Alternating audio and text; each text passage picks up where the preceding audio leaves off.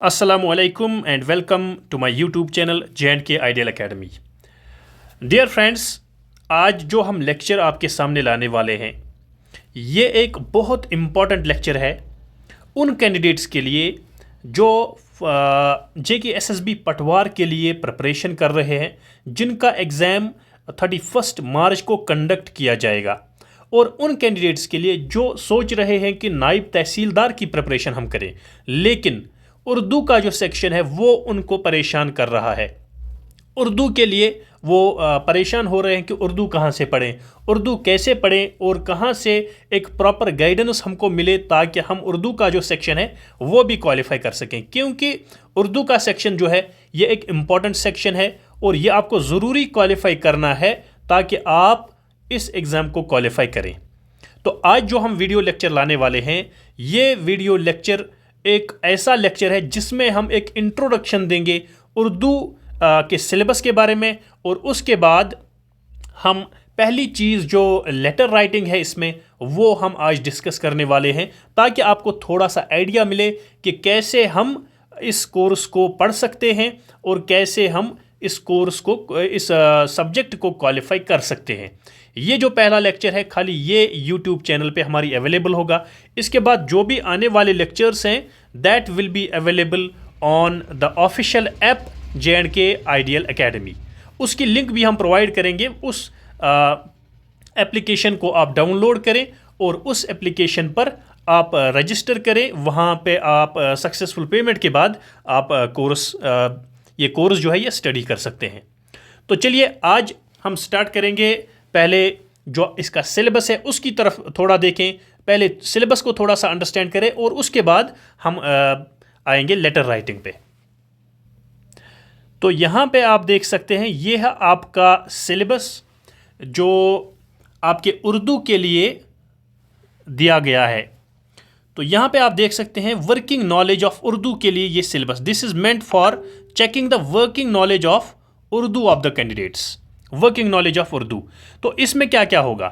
सबसे पहली चीज़ इसमें रीडिंग होगी, एक रीडिंग टेस्ट होगा, और दूसरा होगा राइटिंग टेस्ट।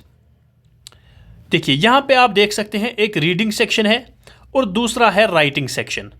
रीडिंग सेक्शन में रीडिंग कॉम्प्रहेंशन एक पैसेज आएगी और पैसेज के आखिर में जो क्वेश्चंस दिए होंगे उनका आपको जवाब देना होगा, उनका आपको आंसर देना होगा। तो इस रीडिंग सेक्शन के टोटल 20 मार्क्स हैं। इसके बाद दूसरा सेक्शन है राइटिंग सेक्शन ये, और इसमें 3 चीज़ें आपसे पूछी जाएंगी। एक है लेटर राइटिंग, दूसरा है 1 इंग्लिश पैसेज, इसकी ट्रांसलेशन करनी है उर्दू में, या उर्दू पैसेज उसको ट्रांसलेट करना है इंग्लिश में, और इसके बाद 1 ऐसे होगा, ऐसे राइटिंग उर्दू में जो 100 वर्ड्स, अबाउट 100 वर्ड्स आपको लिखना है on any topic of social relevance. जो वहाँ पे टॉपिक दिया होगा उस पे आपको एक जो है ऐसे लिखना होगा, एक मजमून लिखना होगा। तो ये है टोटल आपके 50 मार्क्स। तो उर्दू सेक्शन का जहाँ तक ताल्लुक है इसमें टोटल आपके 50 मार्क्स हैं। 20 मार्क्स हैं रीडिंग सेक्शन के और 30 मार्क्स हैं राइटिंग सेक्शन के। ठीक है, तो इसके बाद देखेंगे जो इसका स्कोर आपको करना है, एट लीस्ट 40% ओवरऑल मार्क्स आपको ऑब्टेन करने हैं। At least 33% marks in both reading and writing section separately. अगर सेपरेट सेक्शंस की बात करें तो इसमें तकरीबन 33% और राइटिंग सेक्शन में 33% तकरीबन। लेकिन अगर एग्रीगेट की बात करें तो एग्रीगेट में आपको तकरीबन 40% मार्क्स लाने हैं और उसके बाद ही आप ये एग्ज़ाम क्वालिफाई कर पाएंगे। ठीक है, तो ये है थोड़ा सा इंट्रोडक्शन इसके सिलेबस का। आपने समझा होगा कि कैसे हमारा एग्ज़ाम होगा। और एक और कन्फ्यूजन है कैंडिडेट्स को कि ये जो एग्ज़ाम है क्या ये उसी दिन कंडक्ट किया जाएगा जिस दिन हमारा रिटन टेस्ट होगा पटवार एग्ज़ाम का या नायब तहसीलदार का? तो नहीं, ये उस दिन कंडक्ट नहीं किया जाएगा, बल्कि देखिए यहाँ पे आप देख सकते हैं सेम डे। इससे बहुत सारे कैंडिडेट्स को कन्फ्यूजन होता है कि शायद उसी दिन हमारा एग्ज़ाम होगा उर्दू का भी जिस दिन रिटन एग्ज़ाम होगा, यानी जो मल्टीपल चॉइस आपका एग्ज़ाम होता है जिसका आपका डिटेल्ड सिलेबस दिया होता है, तो उसी दिन हमारा उर्दू टेस्ट भी होगा। नहीं, ये सेम डे जो है अगर आप देखेंगे, इसका मतलब है कि जो रीडिंग और राइटिंग सेक्शन है, दोनों सेक्शंस हैं, उन दोनों सेक्शंस का एग्जाम जो है वो सेम डे पे किया जाएगा। ठीक है, तो इन दोनों सेक्शंस का एग्जाम जो है वो सेम डे पे किया जाएगा। तो इसका मतलब ये नहीं कि आपका जो मल्टीपल चॉइस जो एग्जाम होगा वो इस दिन पे होगा, बल्कि पहले आपको वो एग्जाम देना है, वो क्वालिफाई करना है, उसके बाद ही आपका उर्दू टेस्ट कंडक्ट किया जाएगा। यह है थोड़ा सा ब्रीफ इंट्रोडक्शन इस सिलेबस के बारे में और इसके एग्जाम पैटर्न के बारे में। तो चलिए अब हम देखते हैं कि जो हमें आज पढ़ना है लेटर राइटिंग, उसके बारे में पहले थोड़ा सा इंट्रोडक्शन आपको दें। अब देखिए, लेटर जो है, लेटर आपको सबसे पहले 100 वर्ड्स की लिखनी पड़ेगी। ठीक है, अराउंड 100 वर्ड्स की आपको एक लेटर लिखनी पड़ेगी on a particular situation, on a particular situation. यानी एक सिचुएशन दी गई होगी, मतलब फॉर एग्जांपल आपके मोहल्ले में पानी कम आ रहा है, आपको जल शक्ति डिपार्टमेंट के ऑफिसर के नाम एक खत लिखना है ताकि हमारे मोहल्ले की जो वाटर सप्लाई है वो बहाल की जाए। या आपके मोहल्ले में, आपके गांव में बिजली कम आती है, उसके दफ्तर पीडीडी के आपके ऑफिसर को आपको लेटर लिखनी है कि हमारे मोहल्ले में ऐसी प्रॉब्लम हो रही है तो बिजली बहाल की जाए। तो ऐसी डिफरेंट सिचुएशंस हो सकती हैं जिन पे आपको एक पर्टिकुलर सिचुएशन पे लेटर लिखनी पड़ेगी, और इस लेटर की लेंथ जो है वो होगी 100 वर्ड्स। 100 वर्ड्स में आपको एक लेटर लिखनी है। देखिए, अब ये ज़रूरी तो नहीं कि बिल्कुल 100 वर्ड्स ही आपको गिन के लिखने हैं, बल्कि कुछ 100 से ज़्यादा भी हो सकते हैं, 100 से थोड़ा सा कम भी हो सकता है। लेकिन आपकी लैंग्वेज जो है, आपका जो लिखने का तरीका है, असल में वो JKSSB को चेक करना है कि इस बंदे ने कैसे लेटर लिखी है, किस अंदाज से लिखी है, क्या वो तमाम रूल्स जो लेटर राइटिंग में एप्लीकेबल होते हैं, क्या इन्होंने वो रूल्स फॉलो किए हैं या नहीं। वही रूल्स हम आपको यहाँ पे सिखाएंगे इस कोर्स में। वो रूल्स जो ऐसे राइटिंग के लेक्चर, ऐसे राइटिंग के, लेटर राइटिंग के या बाकी रीडिंग कंप्रेंशन के जो भी रूल्स होते हैं वो आपको यहाँ पे सिखाए जाएंगे। तो ठीक है, इसके बाद तो आपको पर्टिकुलर सिचुएशन पे एक लेटर लिखनी पड़ेगी जिसकी लेंथ होनी चाहिए तकरीबन 100 वर्ड्स। अब हम देखेंगे असल में ये लेटर जो है, इसको उर्दू में हम कहते हैं खत। ठीक है, और लेटर राइटिंग को लिखते हैं, हम कहते हैं खतूत निगारी। ठीक है, खतूत निगारी। खतूत निगारी क्या है? Letter writing. खतूत का मतलब होता है लेटर्स और निगारी का मतलब होता है राइटिंग। तो खत जो है ये प्लूरल है खतूत का। ठीक है, this is a plural form, sorry, खतूत है प्लूरल और खत जो है वो सिंगुलर है। खत सिंगुलर है और खतूत इसका प्लूरल है। ठीक है, तो खतूत निगारी जो है इट मीन्स लेटर राइटिंग, और लेटर राइटिंग के जितने भी रूल्स हैं, जितने भी रेगुलेशंस हैं, उनको फॉलो करके जो आप लेटर लिखते हैं उसको लेटर राइटिंग या खतूत निगारी कहते हैं। और इसी खतूत निगारी के बारे में हम आज पहला जो हमारा लेक्चर है वो पढ़ने जा रहे हैं। तो ये है आपके सामने, थोड़ा सा हम आपको दिखाएंगे खतूत निगारी।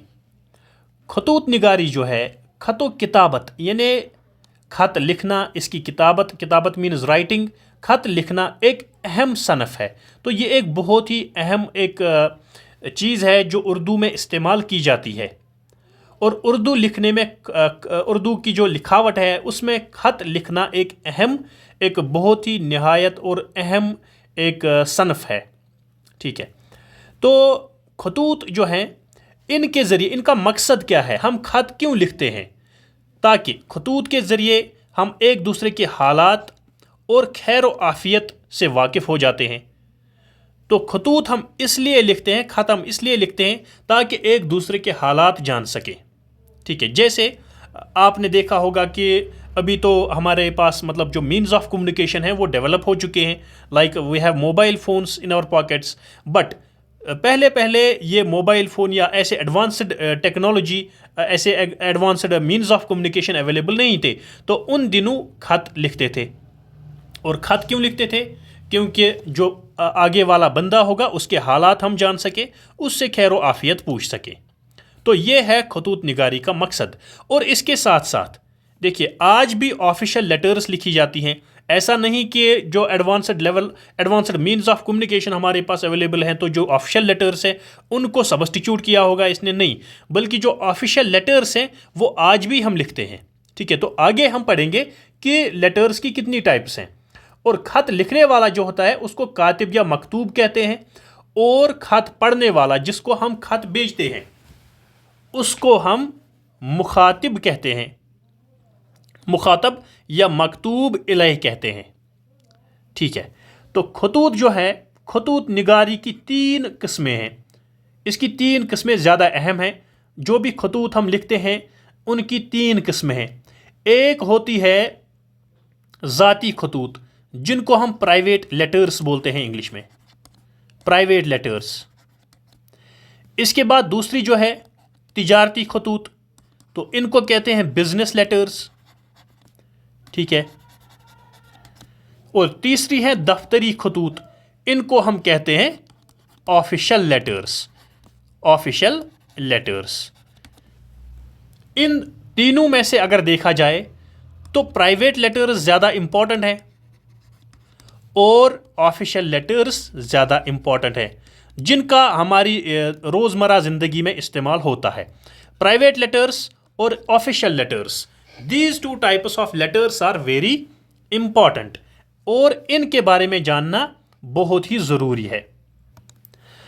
तो चलिए हम सबसे पहले ज़ाती खतूत के बारे में देखते हैं, जिनको हमने कहा प्राइवेट लेटर्स।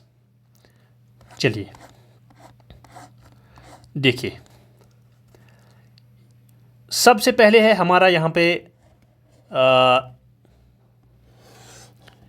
ये आप यहाँ पे देख सकते हैं ज़ाती खतूत। इनको हमने कहा कि इनका दूसरा नाम, या इंग्लिश में इनको कहते हैं प्राइवेट लेटर्स या पर्सनल लेटर्स भी कह सकते हैं। प्राइवेट लेटर्स या इनका दूसरा नाम पर्सनल लेटर्स भी है। और ये खतूत जो हैं, देखिए पहले समझना है कि कौन सा खत किसको लिखा जाता है और कौन सा खत कैसे लिखेंगे हम। फिर जो पर्सनल लेटर है इसका अलग फॉर्मेट होता है, तिजारती लेटर जो है, बिजनेस लेटर, इसका अलग एक फॉर्मेट होता है, और जो दफ्तरी खत है, ऑफिशियल लेटर, इसका अलग अपना एक फॉर्मेट होता है। तो ज़ाती खत, इन तीनों टाइप्स, ये जो तीनों टाइप्स ऑफ लेटर्स हैं, ये खतूत के 3 टाइप्स, तो इनको समझना पहले इम्पॉर्टेंट है, तभी हम एक लेटर जो है उसको अच्छी तरह से लिख सकते हैं। जब हमको पता ही नहीं होगा कि एग्जामिनर हमसे कौन सी लेटर लिखने को पूछ रहा है, तो तब हम एक अच्छी लेटर नहीं लिख सकते। इसलिए पहले हमें समझना है कि कौन सी लेटर हमसे लिखने को कहा जा रहा है। तो पहले देखेंगे ज़ाती लेटर क्या होता है, यानी ज़ाती खत या पर्सनल लेटर क्या होता है। देखिए, हम अपने ख़ानदान के लोगों या रिश्तेदारों को जो खत लिखते हैं, दोस्तों को, पड़ोसियों को, हमसायों को, मिलने जुलने वालों को, ठीक है, तो उनको जो भी हम खत लिखते हैं उनको ज़ाती खत कहा जाता है। और इनको हम क्यों खत लिखते हैं? देखिए, ख़ानदान के लोगों को, रिश्तेदारों को, दोस्तों को, पड़ोसियों को, मिलने जुलने वालों को, इनको इसलिए खत लिखा जाता है ताकि उनके हालात जान सकें, हम उनसे खैर आफियत पूछ सकें। और खुशी, गम या मुबारकबाद या तज़ियत या खैर आफियत के लिए ये खत जो हैं ये लिखे जाते हैं। और ऐसे खतूत को ज़ाती खतूत कहते हैं, और इन खतूत को इंग्लिश में हम पर्सनल लेटर्स या प्राइवेट लेटर्स कह सकते हैं। तो ये जो अपने दोस्तों, रिश्तेदारों, पड़ोसियों, मिलने जुलने वालों को हम खत लिखते हैं, इनमें उनसे आफियत पूछते हैं, खैर आफियत पूछते हैं, तो इन लेटर्स को हम ज़ाती खतूत कहते हैं उर्दू में। तो हो गया ज़ाती खतूत। इसके बाद तिजारती खतूत क्या होते हैं? Business letters. अपने कारोबार या रोज़ी रोटी या लेन देन के लिए या अपनी तिजारत की मौजूदा सूरत हाल या तरक्की के लिए, नफ़ा नुकसान के लिए या तिजारत के ताल्लुक से किसी भी तरह की बात हम इन खतूत में लिखते हैं। और इन खतूत को इसलिए तिजारती खतूत कहा जाता है क्योंकि इन खतूत में हम पूरा जो अपने तिजारत का जिक्र करते हैं, जो भी इनमें जिक्र होता है, देखिए लेन देन, रोज़ी रोटी, हमारा अपना कारोबार, तिजारती सूरत हाल, ठीक है, नफ़ा नुकसान या तिजारत के ताल्लुक से कोई भी और चीज़, तो इन सब चीज़ों को हम मिला के किस लेटर में लिख सकते हैं, उस लेटर को कहते हैं हम तिजारती लेटर या बिजनेस लेटर। इंग्लिश में कह सकते हैं हम बिजनेस लेटर। इसके बाद है दफ्तरी खतूत, जो तीसरा टाइप है लेटर्स का।